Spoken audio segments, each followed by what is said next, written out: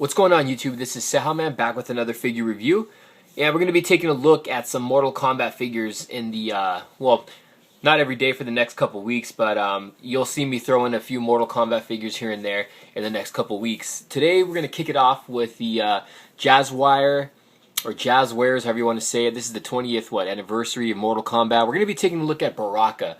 Now, I'm staying away from a lot of the newer Jazzware figures. The ones that I did pick up recently are from the older line before, you know, these ones came out. They're all crappy.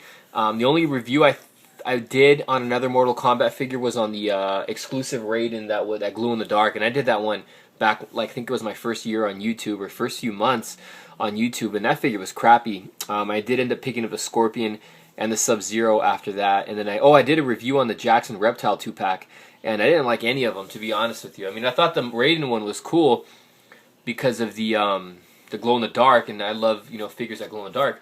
But anyways, I'm rambling on here. This figure looks pretty cool though.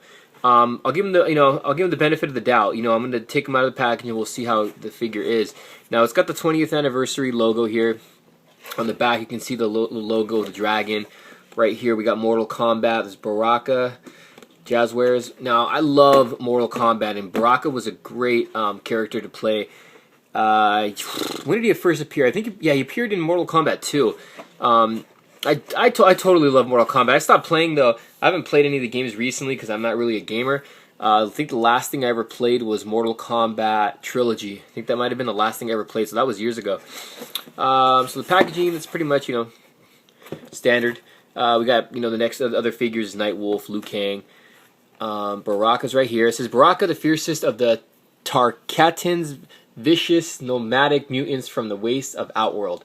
Like all Tarkatan males, he joined Shao Kahn's army. Once he came of age and survived the brutal ritual of blood, he gained the rank of Enforcer after single-handedly defeating a rebel faction. His loyalty and strength make him a favorite of the Emperor. His retractable blades have slain many of Shao Kahn's most bitter enemies. As a contestant in the Mortal Kombat tournament, he will ensure his Emperor's claim to Earthrealm. There's a little close-up on that there. I got a nice little picture of Baraka. Let's go ahead and take a quick break, and we'll take Baraka outside of the packaging. Stay tuned. So here we have Baraka outside of packaging. Figure is not really that great, to be honest with you. I mean, he looks good in packaging, but once you get him out, I think it kind of sucks. But it's still good, I guess, for, you know, to display.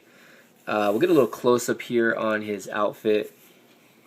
See if I can get him to zoom in. You can see he's got two skulls on each side of the chest there, on the upper chest.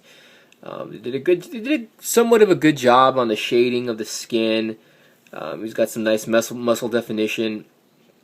You can see the little spikes coming out of his forearms. He's got his little blades right here, which are kind of warped. I don't really like how they look, to be honest with you. But it's a soft material. I can see these things bending or breaking off kind of easy. You got this belt there with a little, like, kind of like spikes. The skull right there. This little soft rubber material right here on the end of his shirt, or whatever you want to call it. The backside right there on this. Some black pants. The boots with some spikes. Some skulls on them. No peg holes in the bottom. There's a look at the feet. And let's see the back side here.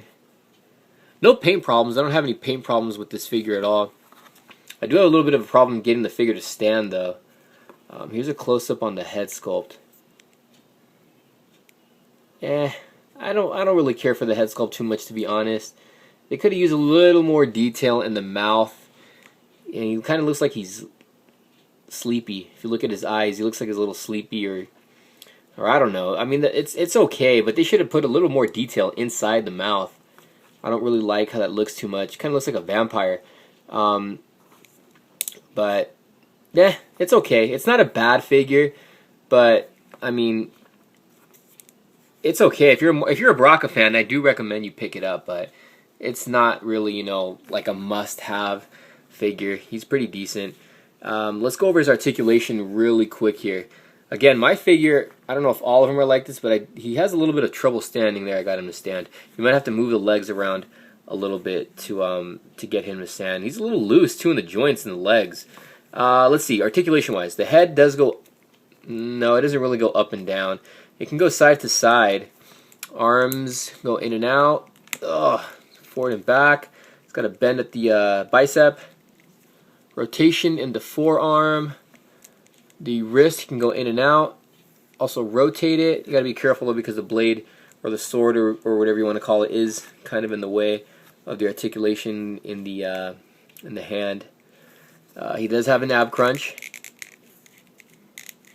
Does have rotation at the waist. The legs do go in and out.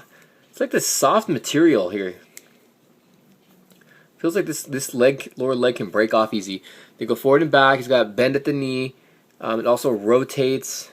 Can also rotate in the upper leg area. The foot can go up and down. You can rotate it.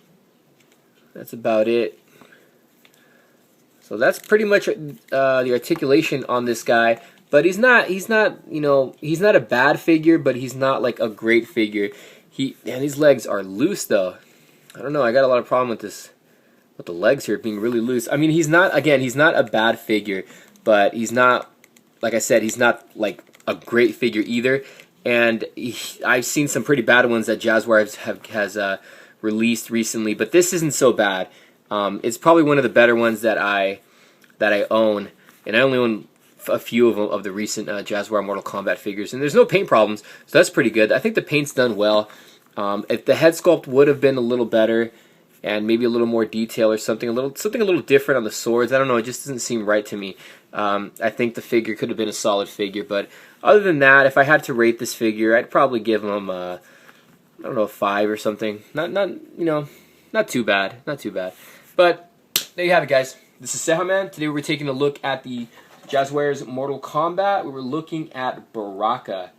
You'll find this guy at Toys R Us. He's a little harder to get. I ended up picking him up at Frankenstein's for $15. So, if you guys want to get him, go ahead and check him out. I think they have him online though at Toys R Us. Alright guys, this is CEJAMAN. Hope you guys enjoyed this review. Stay tuned. Got more Mortal Kombat figures on the way.